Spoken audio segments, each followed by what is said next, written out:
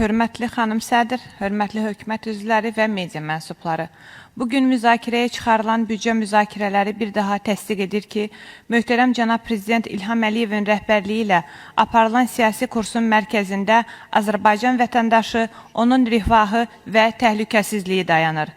Təqdim edilən büdcə layihəsi sosial yönümlülüyü, iqtisadi dayanıqlığı və strateji prioritetləri ilə dövlətimizin uzun müddətli inkişaf xəttini əks etdirir.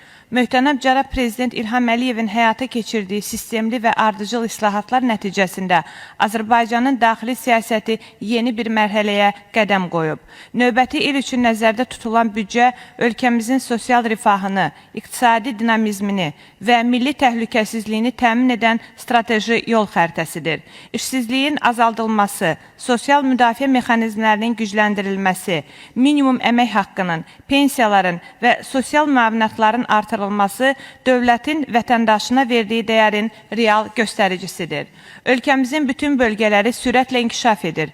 Qeyri-neft sektorunun genişlənməsi, yeni sənaye zonalarının yaradılması, kənd təsərrüfatında modern yanaşmalar və rəqəmsal transformasiya sahəsində atılan addımlar Azərbaycan iqtisadiyyatına yeni nəfəs gətirib. Eyni zamanda işğaldan azad olunmuş torpaqlarda quruculuq işləri, enerji stansiyalarının tikintisi və istehsal müəssisələrinin fəaliyyətə başlaması bütövlükdə ölkənin sosial-iqtisadi sistemini yeni mərhələyə yüksəldir.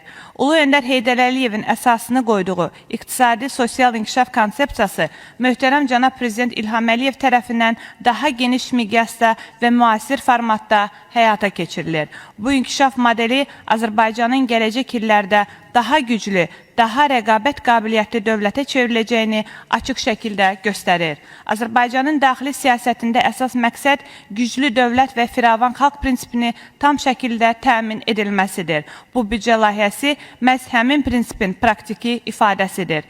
Dövlətimizin həyata keçirdiyi sosial ədalət siyasəti, bərabər imkanların yaradılması və vətəndaş rifahının yüksəldilməsi bundan sonra da strateji prioritet olaraq qalacaqdır. Sonda deputat seçildiyim 65 saylı Salyan Biləsuvar Neftçala seçki dairəsindən olan vətəndaşların adından ölkə başçımız cənab İlham Əliyevə, birinci vitse-prezidentimiz Mehriban xanım Əliyevaya və müraciətlərimizə həssas və diqqətlə yanaşan dövlət qurumlarına və xidmət sahələrinə təşəkkürümüzü bildirirəm. Büdcənin hazırlanmasında zəhməti olan hər kəsə minnətdarlığımı ifadə edirəm. Diqqətinizə görə təşəkkür edirəm.